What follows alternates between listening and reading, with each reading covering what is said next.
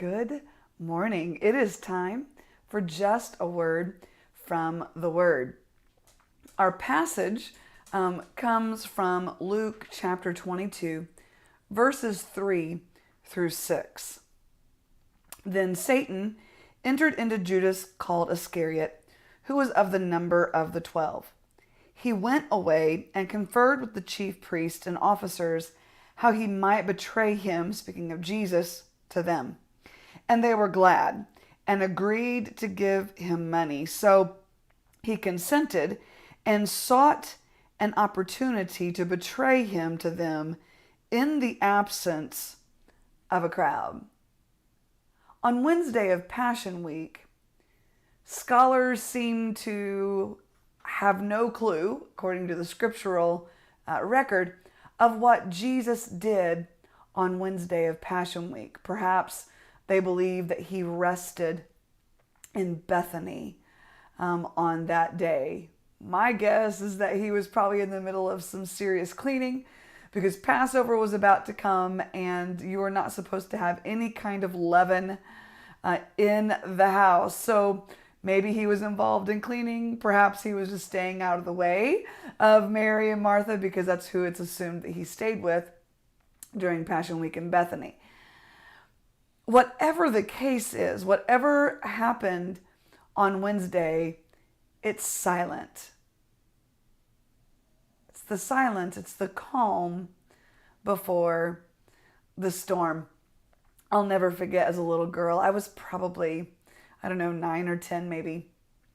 And I lived in an apartment complex, and I'll never forget this one early morning.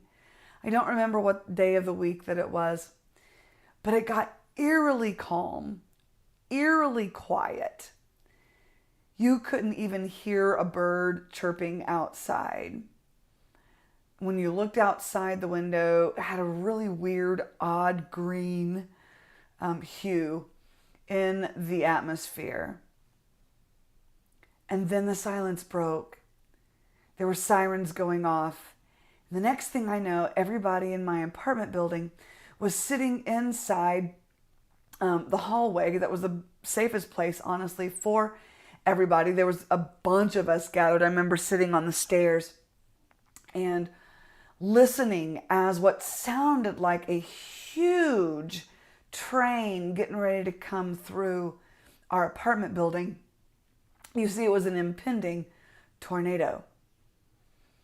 We sat there and we watched as the tornado literally ripped the front heavy solid steel door off of the front of our building. Now that's the only damage that the building suffered, but it was really kind of weird just sitting there and just watching it just be torn off. But just a few minutes earlier, it was calm, it was quiet. You couldn't hear anything. It was the calm before the storm. That's what's going on right now. Somewhere in the middle of Jesus' travel into Jerusalem, Judas Iscariot had gotten in touch with the chief priests and the elders and had plotted to turn over Jesus to them. And so Judas, perhaps on this Wednesday, was trying to feel out Jesus of what his plans were, what was going on, so Judas could enact his plan. But it was silent, it was quiet, it was calm. But there was all sorts of undercurrents going on underneath. Have you ever felt like that? Have you ever felt like that in your life, maybe in your spiritual walk, that things are really quiet, things are really calm, but you know deep down inside, a storm is brewing. Yeah, you've been there. I've been there.